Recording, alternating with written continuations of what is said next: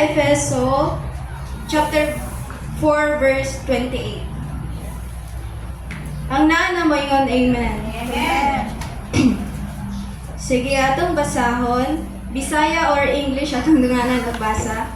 He who steals must steal no longer, but rather he must labor, performing with his own hands what is good, so that he will have something to share with one who has need. Sa Bisaya atong basahon, ang kawatan kinahanglan dili na mangawat kun dili magtrabaho na. Manginabuhi sa matarong paagi nga paagi aron makatabang usab sa mga kabos. So ang promise dire is part of God's plan is to bless us.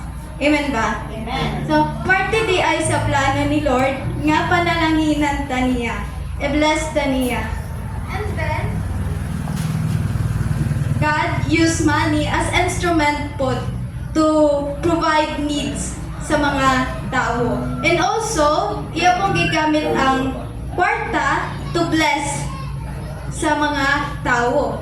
But also, Satan, himon po niya nga instrument ang kwarta to blind you. No? So, muna'y problem. So, muna'y problema sa mga dato o dili lang sa mga pobre. No? So, giingon din ni Lord nga, gi-emphasize ni Lord nga, ipanalanginan ta niya, mutabang po deta sa mga nagkinahanglan. Amen. So, ningon din, he who steals must steal no longer, but rather he must labor, performing with his own hands what is good. So, dili de ay, it doesn't matter if daghan kang kwarta or dato ka. So, wala tayo problema og daghan kang kwarta. Wala po'y problema og dato ka. Ang problema kung self-centered ka. You're just think about yourself. No? So, akong na dungkan po na ako ni, the more ka nga kung o kwarta, the more ka nga watan. Diba? So, ang blessings ba ni Lord nakasulay batag scarcity, like kawat-on jud o muhatag ta? Nakasulay ba ta nga walang-wala na jud as in? No, diba? God bless us abundantly. Awas overflowing. No? Then giingon po diri so that he will have something to share with one who has need. So, ingon dahil si Lord dito nga, okay rag magtagan kag kwarta basta gikan sa maayong pamaagi.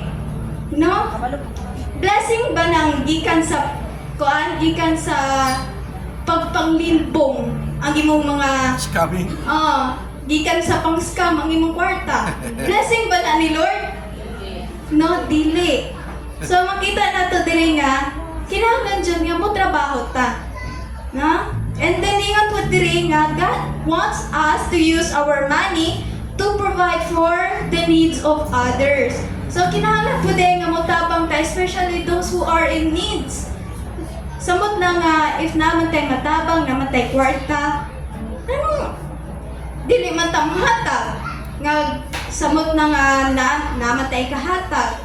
No? So, God emphasizes the importance of giving. Importante jud ay nang muhatag ta. No?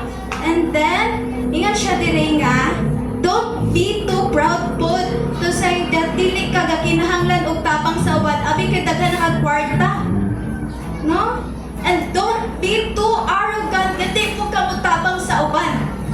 No? And then, ningon diri, overall conclusion, wala joy problema if daghan ka kwarta or na kay mga kaptangan. But don't just keep it all to yourself. No? Kung di panalinginan ka sa Diyos, gamitan ka galingon to bless others po. No? So, kanara kong gi-encourage ang tanan nga muhatag ta.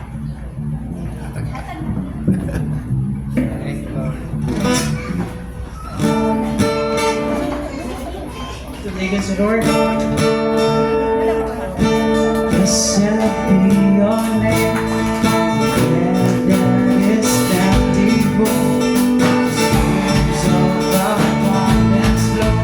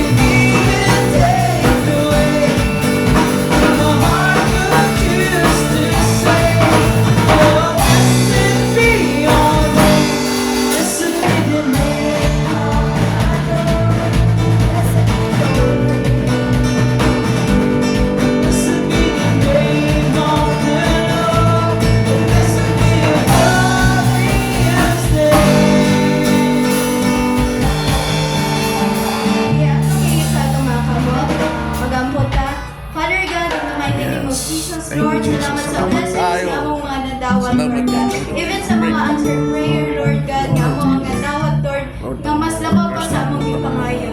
Lord, I pray that you live a life that honors you, Lord. I pray nga mahatag mi o unsay na anamo sa upan. Guide us in the opportunity, Lord God, that we can meet others need with our financial, Lord God, amo ang time, Lord God, among energy, Lord. I pray nga kinasing-kasing ang among paghatag or pagtabang sa upan. A heart that reflects your nature. In Jesus' name I